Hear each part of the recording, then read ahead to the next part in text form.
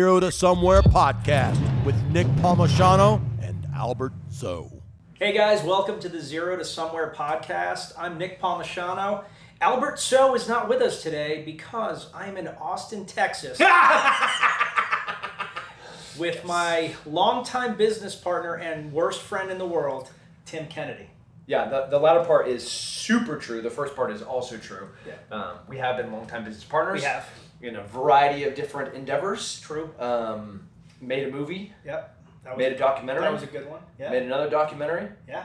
And then obviously we had an apparel line together. Yeah, we still have it. Yeah. Did I say had? You did. Yeah, there's a little bit of depth in there. Yeah, you know. Okay, moving on. So we always start talking about what's going on in Diesel Jack Media right now. Great week, more new clients on board, which is super exciting. But the big thing that I think is something for you to think about as you start whatever business you're starting is we took the opportunity to schedule an appointment with two very successful entrepreneurs that have run media agencies. They've grown businesses to, over 100 million. So like they're not worried about, this brand new upstart company.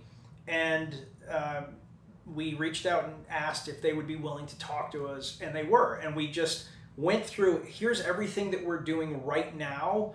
What do you think? And, we went into it a little nervous, like, are there huge things that we're missing? And actually, most of the things were really positive. They thought some of our ideas around, how we treat employees, how we compensate employees were great. And they wish they had done those kinds of things earlier. But the big takeaway was that they were very explicit in not looking to hire the big dick playas from other agencies. Instead, they had a belief system of hire young people, teach them, grow them from within, and elevate them. And so there's this constant pipeline internally to grow people. And so that was really interesting because it was exactly the opposite of, what we were thinking about for some of these roles. And so I don't know if it's the right answer or not yet, but that's what I'm thinking about over the next couple weeks. So with that, let me introduce you to Tim Kennedy. Tim and I have another project. Are we allowed to talk about the other project? Yeah. Why don't you tell them about it? Because it is kind of about you. You have to narrow down projects. I was talking about the project that we're working on this week. The documentary. Different project. The launch of 3 different companies. No, not that project. Or those projects. The book that we're writing together. The book that we're writing together. Yes, the book. Nick came to Austin, Texas to write with me a biography of sorts. A memoir. Yeah. It's a memoir. Own it. It doesn't feel like it though. The stories compiled together are unbelievable, but most important is the takeaway is this approach to life and to philanthropic endeavors, entrepreneurship, being an athlete, being a television host, that are very similar. And there's a lot of overlap in what I do to be successful in some things that I do in other things that I do in other worlds where I'm also successful. So this book, I hope you can extrapolate from that big takeaway. Some people that I know that have written books, I think most people that write books really try to make themselves look like Greek gods. Like they are, they have the highest morality and they made the best decisions and they haven't made any mistakes and, they were endowed with some wisdom that like most people don't have. But you specifically asked me, like right at the beginning when we started talking about this, you said, this has to be real. I want to share everything, warts and all. Why? Well, we're living in an era of untruth. We're living in a time where everything is curated, editorialized, and lied about. Every Instagram feed, every news channel that you turn to, there is an angle, there is an objective that is not objective. Yeah. There is an intent, whether it's to perpetuate propaganda, to be self-serving for their own financial interests, whatever it is, even to the most micro level of the individual being like, I just want to look cool on Instagram, Twitter, TikTok, Twitch, whatever they're doing, they're curating and editorializing it to make themselves look good. And I believe I'm sick of it. Yeah. And I don't want to see that anymore. The people I follow, the people that I love to learn from, are the ones that are exposed, real and raw. They are brilliant and powerful leaders that find ways to succeed regardless of what they face. And you get to see their struggles, you get to see their success, you get to see their failures. And like those are people that I gravitate towards. And it's cool as we have been moving to this long form podcast where you can have nuance and subtlety in conversation, where the person that can go up there with their sound bites looks like an idiot. They put on the makeup to flatten out their eyes. They use soft lenses so they look younger. They hold their heads at certain angles so they look less fat. And they have their pre-prepared sound bites to try and sound intelligent about something that they don't understand. And I think all of that's coming to an end. Yeah. So this book, I wanted to be so real, raw. People are starving for truth, and they're starving for real experts. And if there's one thing I'm an expert in, it's fucking failing. And so that's this book. So why? So I understand why you were willing to do that. Are you at all worried that when people read this, they're going to be like, "Oh shit, that is not the guy that I thought he was"? Because, and I don't mean that in either a bad or a good way. I just mean there is so much in this that, honest to God, if I didn't know you, I don't know if I would believe that the book was true. Yeah. Because there are so many things that have happened to you that other people would write a book about. And our challenge, the challenge like Simon and Schuster is like, we can't put all of this in one book. How do we slim it down? Yeah. Any individual one of these stories are unbelievable.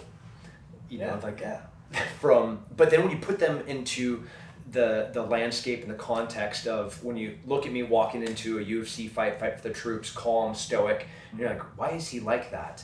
And then you look at Afghanistan and it's like, oh man, that was pretty rough. And then you go look at Iraq and you're like, man, that's pretty crazy. And then you look at, a dad that's stealing planes full of cocaine from Pablo Escobar and having his 8-year-old son sneak into a parking garage to steal stuff out of a glove box of drug dealer. Like, in totality, it's unbelievable. And individually, it's unbelievable. But put into this one painting, you're like, it all goes together. How odd. This dude is a psychopath.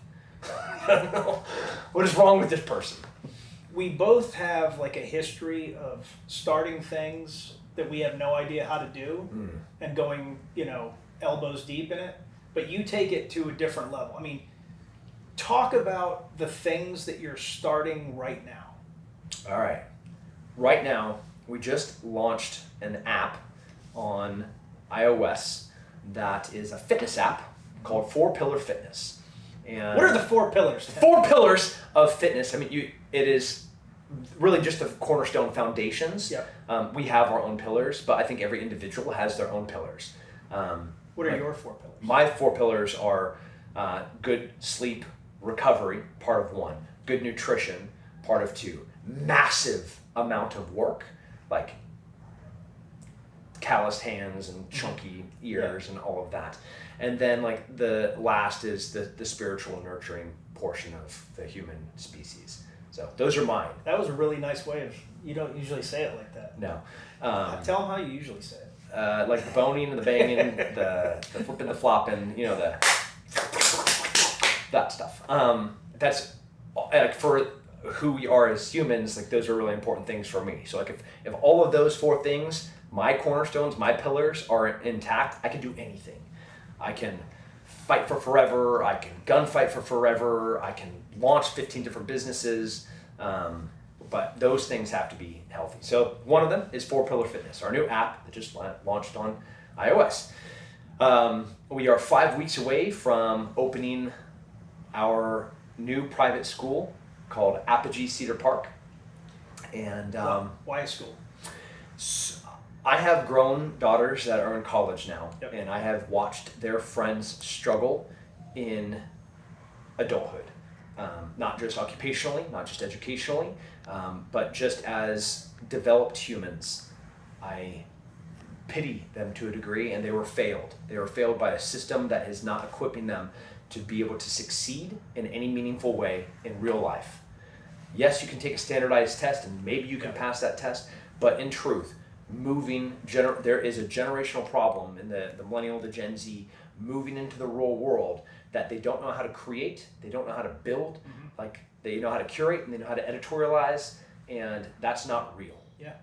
It's fabricated. Yep. So seeing this delta, the problem, and I'm just a solution-oriented person, I'm like, something has to be done, and here's what we're doing to fix it.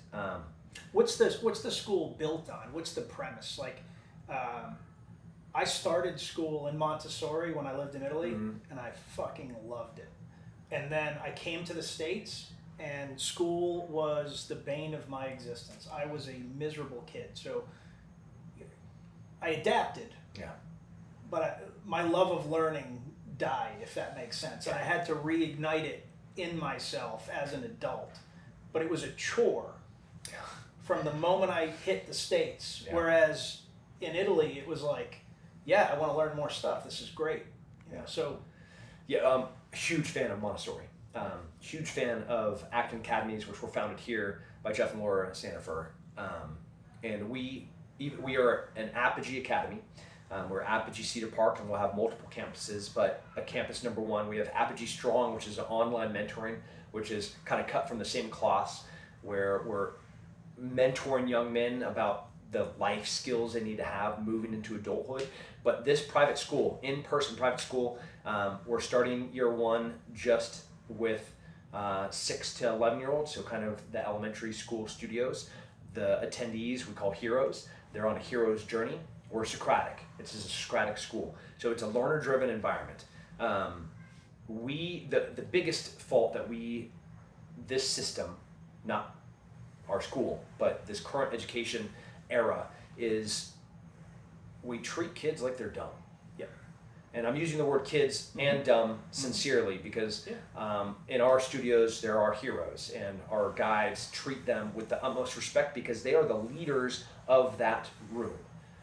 Those young minds, those heroes, they come in there, and it is a student and learner-driven environment.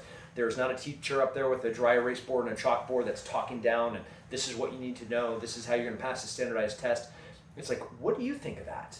You know, Johnny, what would your approach be to trying to figure out the volume of mulch to go underneath our new playscape?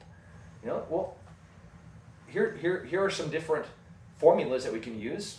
Like, let's learn some arithmetic. So for us to figure out volume, we're going to have to take the width and the length, and we're going to have to figure out how deep it's going to be to cover, and the whole entire process of them just building their own playscape. But it's learner driven, which is a really beautiful process because the guides themselves, they have to understand the topic that they're covering to such a remarkable level. They need to know which questions will encourage the learners all the way down to the lowest level. Excuse me, Tim. Yes. The heroes. The heroes, yeah. To get the final solution and answer to solve that problem.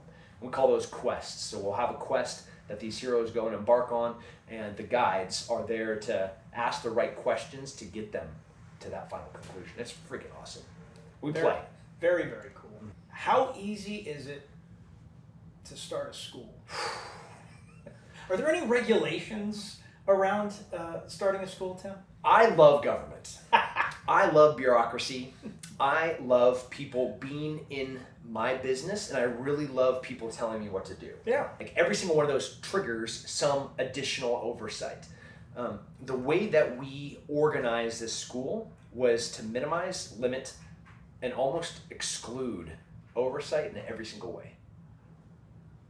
Everything from the how we're formed as a company, how we file our taxes, how we are staffing the guys in the building. All of those things are in line and designed to keep people, government, out of our business. We're going to get big, and we're getting big fast, and that's going to be a problem with government. As you grow, what do you think your challenges are going to be? Staff is always, the first problem. It's finding the right people that have the right vision, that want to come for the right reasons. I have a different approach to that. I list a job, and I put that job at a really low salary. And I want people that are going to come because they want to be part of the job. Then things get different fast. Bonuses and promotions, or you pack your bags. So, but I first want the right person there for the right reasons. And so personnel is a problem. Space, we're already getting to a capacity. We haven't opened our doors. Our doors opened in three weeks, and we are like full. It's pretty cool. But already looking for second, third, and fourth locations. So more problems, and then not forgetting the reason, the purpose, the mission. As you grow and you get occupied with all of the things that are happening, you forget what you're doing and why you're doing it, and staying true to who and what you are is hard the bigger that you get. For sure. When you look at Disneyland or Apple or Amazon, Walmart, you're like, man, they so cool back then. Now you're like, what are you doing? What are you doing? What are you doing? Do you even remember who you were or what you were doing? Like what the dream was, the magic that existed, like the small business that you created, the jobs that now you're like, oh my gosh, you're horrible. Yeah, I think that's the challenge, and I think people have different desires. Like I used to think I wanted to build like a gigantic company, but I'm not so sure anymore. Like I like the start. I like the zero to somewhere. How do you approach that? I want anonymity. I want to be able to do whatever I want when I want to do it. So what I have is, for me personally, I have in the center my purpose. And then all of the things that I do have to connect to that purpose. So whether it's sheepdog response, we're launching a new suppressor line. Super easy also, right? Yeah. No regulation. No. No regulation around suppressors. No. It's a very easy thing to do. Yeah, not like Apple is regulating how you develop an app either. That's fun. Yep. But all of the things that I do ultimately connect back to who I am and why I'm here. And then each of those individual companies, they too have to not just share that overlap with me, but they have to remember their own identity and what their purpose is and what their mission is. I hate to give you compliments, it actually hurts me, but I really think, like watching you over the years, I think the thing that you've done better than just about anybody I know, and I think that coincides with the rise of your personal brand, is doing just that. I mean, if you actually look at what everybody else that was a pro fighter was doing versus what you did, you probably walked away from a lot of money. No alcohol, no condom depot is always the joke, but those guys paid a lot of money. They paid a lot of money. You essentially didn't work with people you didn't like, that you thought were slimy, even if they had a lot of money. And in the short term, that was painful. Like you could have made on most fights at least another $50,000 in the early years, and by the end it was like a substantial amount of money that you were missing out on. But over time, the investment has been significant. Yeah. And now it's almost like your poor wife is throttling or trying to throttle what you guys get into. Talk about that a little bit. We're growing at such a painful way, at such a painful pace, that it's not just growing pains. It's a bandwidth of we can't hire people fast enough. We can't expand into new spaces fast enough. We can't get contractors to build fast enough. We can't. Everything grows so fast. There's no way. You get stretch marks when you grow too fast. You get fat too fast. You get big too fast. Like that's how you get stretch marks, and those are permanent sometimes. We're in that painful growth phase where it's growing so fast. We're trying to juggle things that we can't efficiently juggle. And so Ginger, CFO of 7 companies that oversees 24 additional partnerships with massive, billion-dollar brands. The whole entire time, there's a risk reward versus a conservative approach where I see a vision and I see an opportunity and I will go full into that opportunity. And the whole time she's pulling back on reins, being like, we don't, that's dangerous, that we're not liquid enough, we're not in a position to do that right now. And all the things that I'm doing off of that vision and that purpose, and all the thing that she's doing is through this conservative approach to ensure that we can ultimately succeed the things that we're already doing. So there's this yin-yang balance that we're always kind of going back and forth with. Do you worry that you're starting too many things? Do you worry that you're stretching yourself so thin that you will lose out on the excellence that you've achieved and the things that you're doing already? Personnel. Find quarterbacks. I don't need to hire a hype man. I don't need somebody that can talk.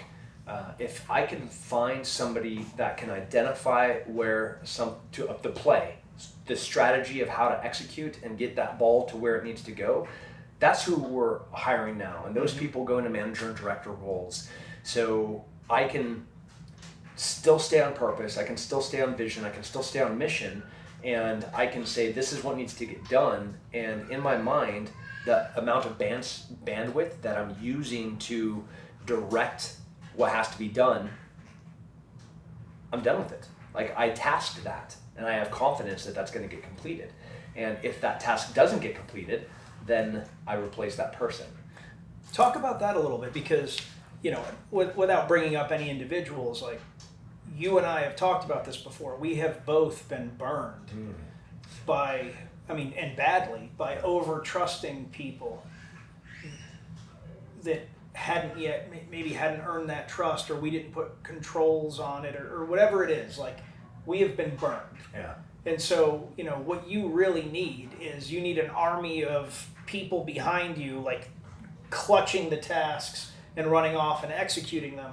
But how do you build that army effectively so that you can trust that it's happening? Yeah, so that salary is the first indicator. Where somebody's coming in and their first question is this really your base salary? Like indicator number 1, good to know. I am worth this, or all of the other monetary based things. I want somebody with vision that can execute. I want a hustler that I can trust, and loyalty is the most important thing now. So when I'm finding these people and hiring people, I am bringing in people that I can trust, that are going to be loyal, that are going to be faithful. And now I'm headhunting those people and trying to incentivize like the next manager, executive level hire. They're like, I'm not going to drop names because you know them, and like they're the ones that I'm specifically being like, oh, I know you when you're done with this gig, and he's going to have a little. I'm just going to move you to Texas so that you can do what you're built and put on this planet to do. And I know what that is, so come do it with me, because like my dream is big and I can't do it without you. When you think about the hiring process, right? Like for everybody that's listening, that you've now got 7-8 iterations of building companies. Somebody that's brand new, they've been working their ass off. They have brought their company to the point where they're ready to hire that first employee, the scariest thing you're ever going to do, maybe the most satisfying if you do it right. What is your advice for how to choose that first person? Yeah, the 3 Ps. You have 3 Ps for hire? Yeah. I have to say that I am impressed right now. Yeah. I did not expect a structure like this. It's the 3. It's the same ways that I invest in a person. Okay. The first is the person, the people.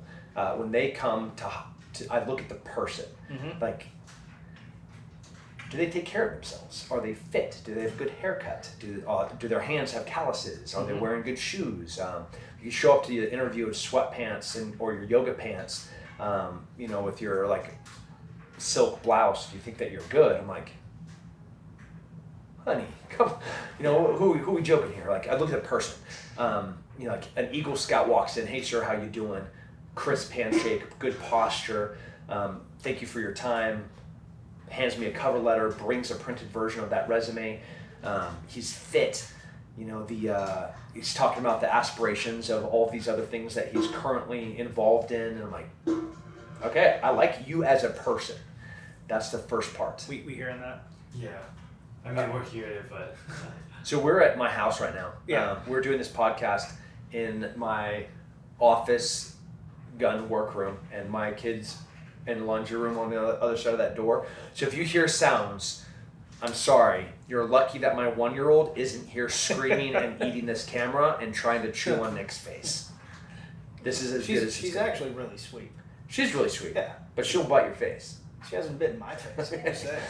So I'm sorry. So if you can finish that thought about the 3 Ps. Yeah, so the first one is the person. It's like the actual person, the people that you were looking at here.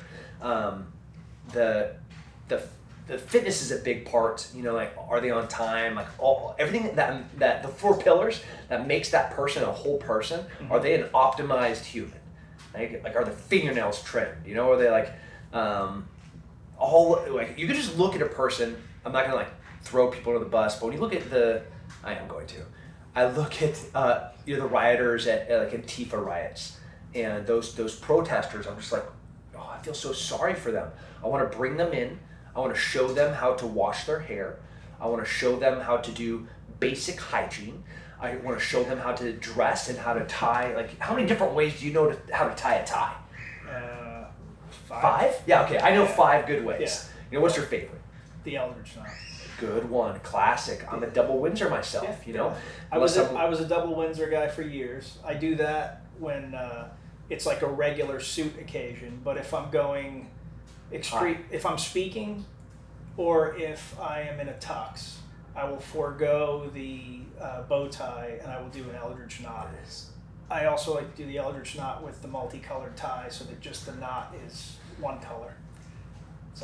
Sorry, that was a lot of information about tying. Yeah, put his monocle back in. Yeah. I got my cane out.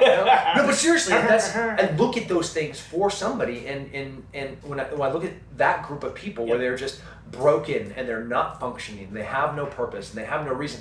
I need the antithesis of that. I need somebody that like has purpose, that has reason, that has dream, that has these goals and aspirations. Like, that's the person I want. I want somebody that's hungry and hustling. So first is that person. Second is their purpose. Does that purpose align with my purpose? Yeah. Am I segregating off of like political views? No, but their purpose has to be aligned.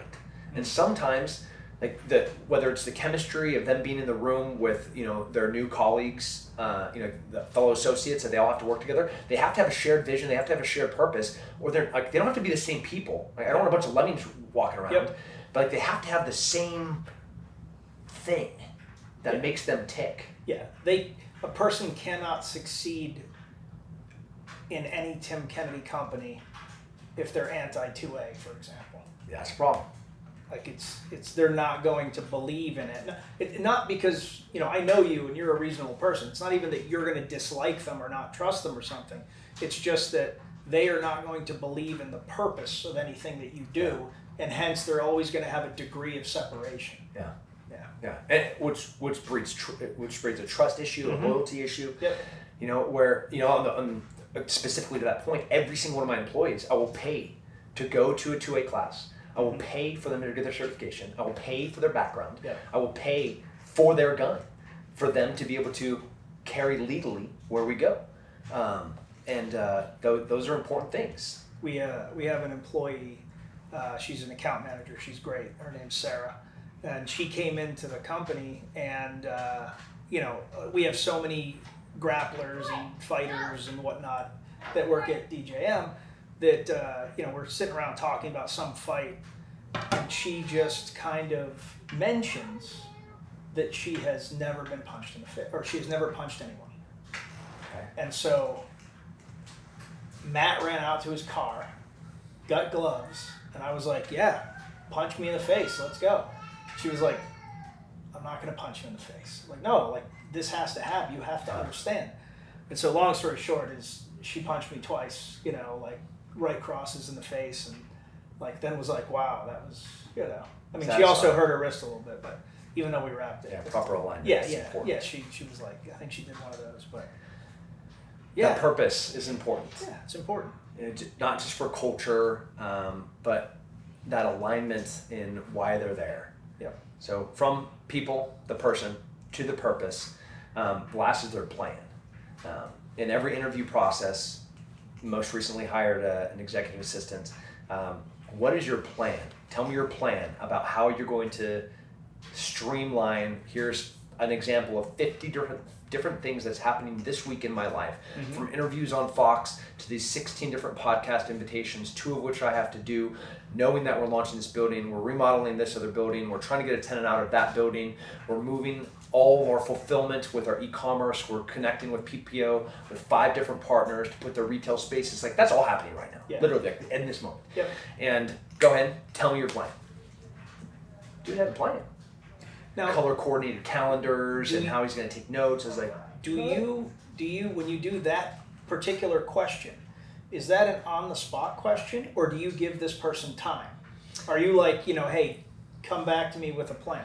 so that fella right there, Doug, he was applying for a videographer production manager role, and the And initial. it appears that Doug has the role. He does have the role. He's good. I gave them raw footage and 24 hours to edit to the best of their ability and give me a final product with this kind of construct of what I was looking for in an advertisement. And then the very next thing I did was, okay, here's the next project. What's your plan? So I kind of set them up, with 1, show me how you can do it. 2, in a bigger thing, not a 24-hour with a bunch of raw footage. Yeah. From 2 cameras as a GoPro and just a single camera inside of a helicopter. Show me on this big scale, what is your plan to do this? Can you manage bigger? Yep. Can you dream big and then execute? Can you quarterback? But also execute small, because you never know what you're going to have to do. Yeah. So we actually give people tests, and it's the best thing that I've ever done. Honestly, because they're charismatic people can bullshit their way through an interview. Yeah. Charismatic people can make you feel good, especially if they have the right blocks on a resume, but you can't bullshit your actual work. So like if we're hiring somebody for videography, they have to shoot something. If we're hiring somebody for an editing role, we give them 4 hours of footage, and we're like, turn this into a 5-minute video, and you've got 6 hours. Go. And it has resulted in us getting the best people. So like we've got the interview at the beginning, then the skills interview, and then like the final interview. And every single employee we've hired using that methodology has been great. Yeah. Similar approach. Yeah. Interesting. Where did we learn this? Task, condition, standard, execute. It's so like, you go and do like the talks, TED Talk like things all over about business and entrepreneur stuff. When people are talking about how am I managing so many different things, I'm not smart enough to reinvent a wheel. I am not smart enough to try and figure out a better way to make what is really effective methods of leadership work. So while I might have different names, my 2IC, like my XO, my director if we were in a military command unit. All of those titles are the same thing with him being my COO. Yep. You know, Justin Lakin, my longtime friend, former Green Beret, brilliant mind, loyal. Good wrestler. Yeah, decent wrestler. Oh, he's pretty good. He's pretty good. He's pretty good. But the process to hire him was the same as everybody else, but his ability to command and control in the kind of vertical pyramid shaped organizational structure, he knows it because he lived it in the military. He knows it. We might call it a different name. Insert whatever role. It's so funny because we were talking about roles just this week, and he was like, "I really don't care." I'm like, but you're talking to a company that does $600 million in revenue, and that CMO is expecting to talk to an executive level title. So you kind of have to have that. Yeah. So it's He doesn't want to talk to the XO. Yeah. He wants to talk to COO, president, CMO, something. Yeah. That's one of those things that you have to change a little bit. Yeah. You just have to. Just a different name for the same position, though. So what else do you have going on? What other things are you starting right now? So we have the school. We have our fitness app. We bought a new headquarters where we're going to put all of the full-time staff for a variety of different companies under one roof, so we can all work together and have kind of a unified face, unified voice, unified effort. Mm-hmm. We'll have a dedicated podcast space. We'll have a dedicated videography space. We'll have a dedicated film picture stills for products. But have you considered that if you have a dedicated podcast space, there won't be random, raccoons dying or kids screaming in the background? Yeah, we didn't kill that raccoon today. Oh, you didn't No, kill we it. relocated. That's right, you relocated. I will kill me a raccoon, but I know you will. this one we relocated. I know. It will be a little bit easier, I think, to do podcasts once we have a dedicated space. Are you going to launch your own podcast? No, I'm going to be on a couple. You don't want a podcast? I just don't have time for it right now. Yeah. We have a variety of different products coming out from Sheepdog Response that we just finished designing. Those will be actually physically sold in our retail space in our building. We have a big e-commerce store. We have our own kind of battle belt outside the waistband shooting rig with magazine pouches for 9mm, 45, 40, 5.56, 308. That I think that it's a new design. Mm-hmm. It's taken a whole bunch of great designs and put all of the great features, the best features from all these different magazine carrier designs into one design, which is pretty cool. Are they taco? They're taco-ish. Taco-ish? Yeah. How are they different than tacos? So I don't like the drawstrings and the extra surfaces that can get caught on a taco pouch. I like that they're adjustable. Yeah. There's also the e-stick, which is it's like a 30-degree shaped plastic friction-based system so we took the taco pouch approach with kind of the 511 elasticity with the smooth outside with the e-stick interior mold of that plastic retention and put it all into one system. That's a very great question. But yeah. No problem. We have our own rifle slings coming out. We have our fanny packs. We have, was that our body armor? Well, that's not coming. But our own body armor is coming out. Doug is off camera trying to help Tim. He did this as if he was wearing a tuxedo. We have our line of tuxedos. There's the body armor right there. There's a prototype. But we're not quite there. We're still about 4 months away. I don't think that's going to come out. But all of these other products are coming out for Christmas. We're getting there. I'm missing a couple other things that we're launching right now. Oh, Live Relentless. We have a supplement line that I launched with a partner that had their own supplement line, and our supplement line was really, really good, and they realized was going to surpass their supplement line, and they had to share the profits with me. Mm-hmm. So they literally just turned the off for their supplement line that they spent a couple $1 million launching. So I took that entire supplement line to me, and I'm relaunching it myself. So now, Live Relentless is coming back out. Are they making it or is someone else making it? I'm making it. You're making it personally? Well, I'm not like in my kitchen stirring I it. mean, you never know with you. Like, Yeah, you it's know, possible. like poor Ginger, you're out there building a shed. Like, what's the shed for? That's where we're gonna make our live relentless supplements. We are. I mean, we have partners on the manufacturing, but like the testing, the design, the composition of all the ingredients, like that is all us. We just did our tasting a couple of days ago, where I mean, I don't know how many different proteins I tasted in a single day, and like we had this double blind. We were marking all the different notes and flavors. And So it's gonna be all new flavors. all new. Because there was one weird flavor that you had in the old. I got rid of a whole bunch that I didn't like. I think it was like blueberry or something. Blueberry's terrible. It was terrible. Yeah. I didn't Cinnamon's good. when it came out, I didn't want to tell you that Why don't you tell me this? because you were so excited about. Did you try the coffee creamer? Yeah, that was good. Was it? I like coffee. I like coffee too, Yeah. like a lot. But I don't want to taste a fake sweetener flavor inside of a creamer. I thought it was okay. No, I didn't like I it. thought it was okay. The cinnamon one I did think was the Oh, it's best. so good. That was the best. That was my But the blueberry, I was all excited because you sent me a good, a good box of them. Yeah. Right. Finney stole them all. He liked blueberry, so Matt Finney took all of them. Jerk. He really is. The Relentless is coming out, and I'm pumped. Awesome. All right. So, what do you think somebody needs to do to successfully start something? I don't care what it is. It doesn't have to be business.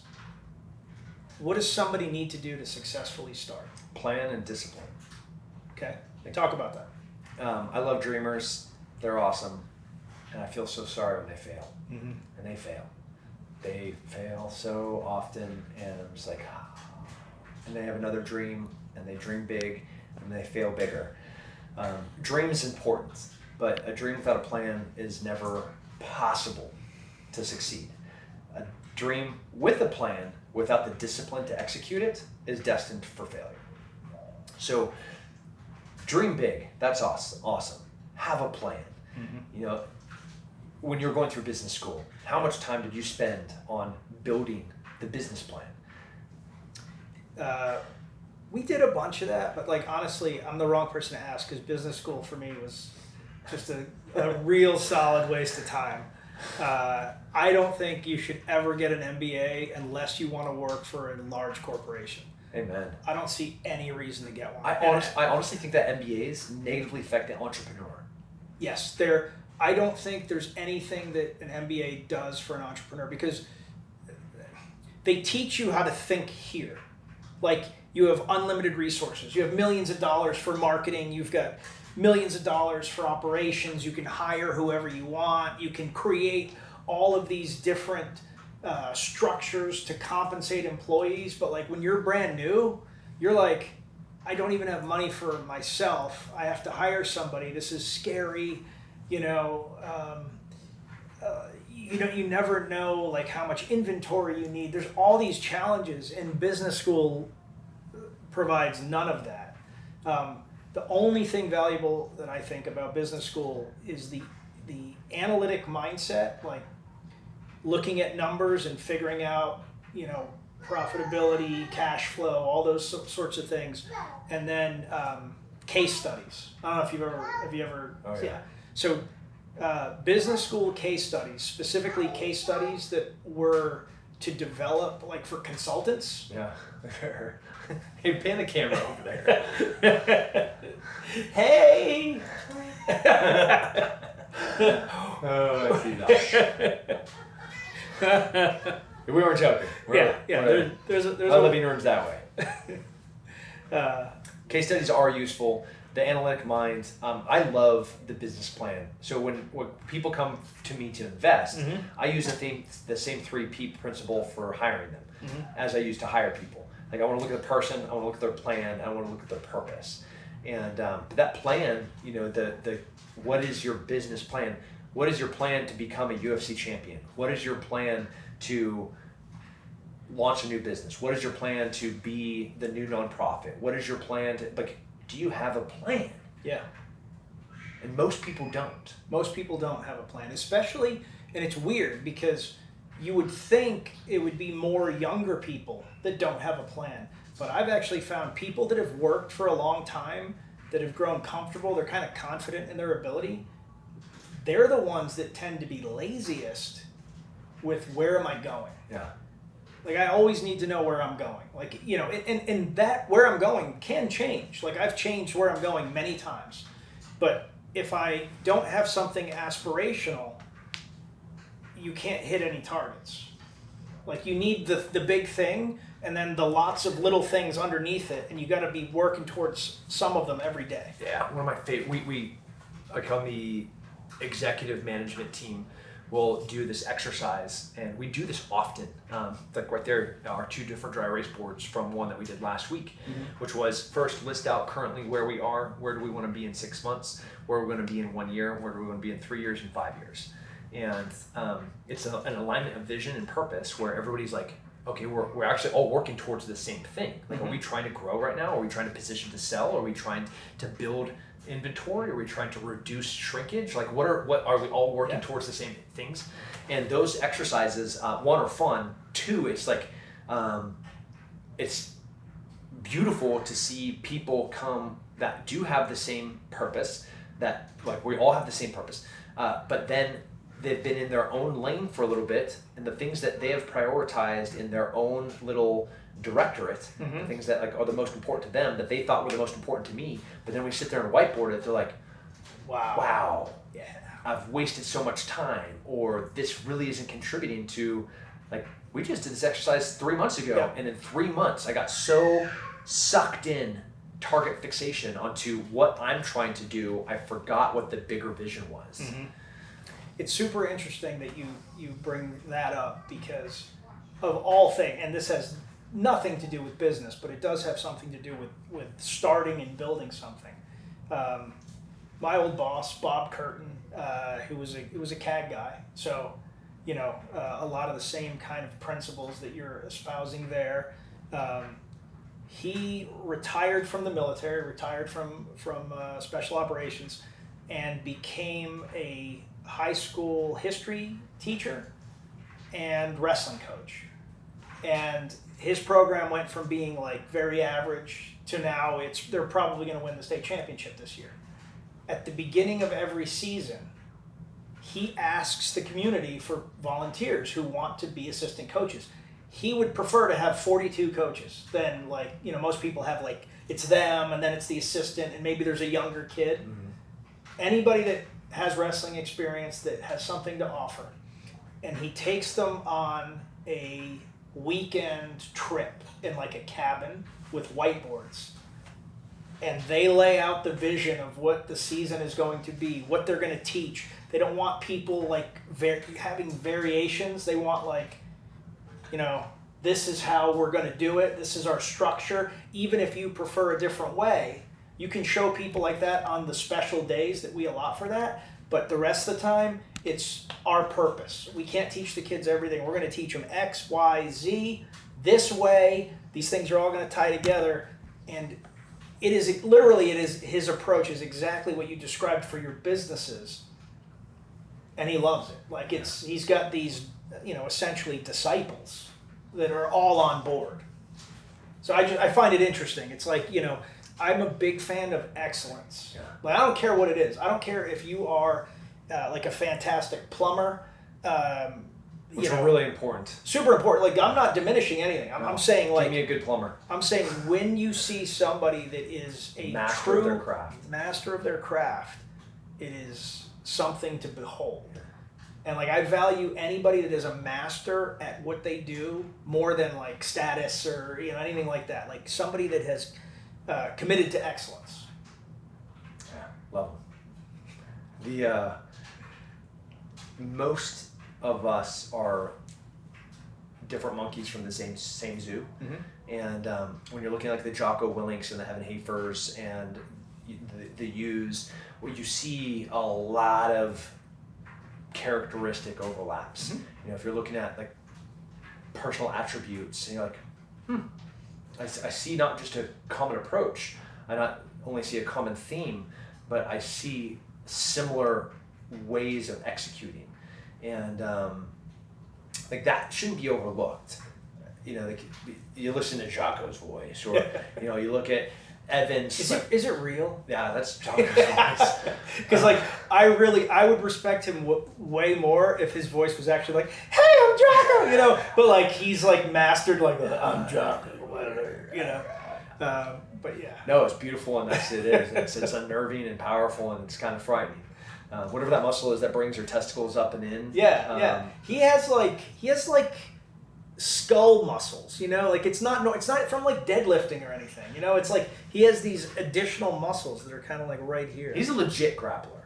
Yeah, I know. You've said that. There's a lot of like black belts. Yeah. And there's a lot of big, strong guys that are also black belts. Yeah. But then there's the rare occurrence where you have a really big, strong guy that has muscles on his skull. Yeah. And that also are good black skillful. belts, and then they're like really good. Yeah. He's that ladder. Yeah. Yeah. Good black belts are very cool. It's very cool when you roll with somebody that is exceptional and you realize how little you know. That happened to me today. Obviously, both with you, but that's old hat at this point. But also with your buddy Sean. Yeah, Sean Apperson. He's a gem. Love you, bud. Yeah, Sean Apperson. What's the name of his gym? Well, let's give him. He has in California a variety of ones that Paragon Jiu-Jitsu, but he's coming to Austin, Texas, and opening his own boxing gym on Anderson Mill, right off of Mopac. Not Anderson Mill, Anderson Lane, right off of Mopac. It's not open. It's not going to be open for 2 more months. But if that's a place to go. Yeah, I got absolutely bodied by that guy today, but it was so smooth. Like the whole time, I was like, "You're very good. Wow, the way that you're destroying me is really amazing." Like he's legit. You know. The whole room, always anybody that's on that mat, it's you have the Strange Riberos, the Lovatos, the Victor Hugos, the Appersons. Yeah, and you're just like, world champion. I was also on that mat. He was also there. Yeah. Oh, the Haggard brothers, hate you guys. So let's give everybody like a parting thought. You know, you're starting something, right? You have, you're bootstrapping it. You're working a regular job. You've got this vision for a company. What do they need to do? Man, you're gonna have to do so much yourself. Mm-hmm. I mean, I love. I can delegate, I can mentor, I can shape, I can shift. If you are starting, every one of the inspections in my new building, whether it was the fire marshal for the fire inspection, whether it's code compliance, or it's the occupancy, whether it's I physically had to be present for them to make sure they got done. They're important. Yeah. And it was a new thing. We're moving into a new headquarters. Should that have been something that my assistant could have done or my CEO could have done? Absolutely. But you're going to have to do it. And there's only so much amount of time in the day that you're going to have to prioritize what those things are and then truthfully, objectively be able to look at that and know if you have the bandwidth and the capability to do it. Because you'll drown. To use another militarism, I always try to put myself with the main effort. Whatever is the most important thing for the company at any given point, I need to be there. Yeah. Until such time that I truly believe I am not necessary. Yeah. And then I create another main effort. Yeah, it's that transition's always a little fun because the CEO of that company that you're now shifting your main effort to, he's like, what about me? Did you forget about me? I'm like, no, I know you, bro, but you got this. I trust you. Yeah, I trust you. Yeah. I will give you the tools. But there's things that you should always be asking as a leader. What can I do to make your job easier? 1. 2, what can I do to ensure that you can succeed? And what is it like to be on the other side of me? Those are things, the boss. Yeah. Man, it's you have a big wake and a damaging wake where you say things flippantly and you forget that they're going to go and try and do that thing in the way that they think that you want it done. And they're not you. Yep. Your ability to communicate specifically how it needs, it's impossible. Yep. And those 3 things you can't ask enough. Yeah, I've learned over the years that I have to be increasingly careful with the words I use because, again, I think I'm being funny, or I think I'm just having a conversation with another person, and they're reading a directive. Yeah. Like sometimes it's like, hey Nick, what do you think about this? Oh, I like this. Like that doesn't mean we have to do that. It means that's the one I happen to like, but we should do whatever the best course of action is. But if you're not careful, you kind of lock into that. So last thing, I said we were closing out, but one thing that you haven't talked about that I know is a huge component of who you are, and I think it applies to somebody starting a company, is what is the importance of grit? Yeah. I've taken licks, blown up in Afghanistan a couple of times, eating flashbangs and door charges in Iraq, fighting for world titles and losing them, not winning, being a 2-time not world champion, going to the highest level of contender, being a contender for the UFC middleweight title, and then ultimately not fighting for that. The grit is a priceless characteristic, a personal attribute that I think without it, you're destined to fail. You have to have it. How do you get it? You do hard stuff. You fail at hard stuff. The hardest thing that happens to me in a day, I do to myself. Whether it's an acid bath, which you experienced, whether it's like a midday lunch break where we're going to go and do 15 rounds of boxing, grappling, and pad work. Like everything else that happens in the day, the worst thing that's going to happen, I did to myself. And that builds grit. That builds hands that look like this and that ears that look like this, but it builds a mind that isn't deterred from its purpose when it meets opposition. I was like, I know what this feels like, and I'm used to it. Hands are muddy and bloody and sandy, and there's crap and sweat dripping in my eyes, and I have to draw my gun. I'm like, this feels normal. That's right. I want that in business. Awesome. So always ready for that worst case scenario. Awesome. So guys, just kind of some parting thoughts. Had the pleasure to talk to Tim today. Learned about how he starts. Learned about grit. Learned about structure. I mean, really, at the end of the day, it's building a plan, executing the plan, and relentlessly going after the objective. Always fun to talk to Tim about the various things he's doing, and hopefully you guys learned a lot from it. Looking forward to talking to you next week. Thanks, Tim.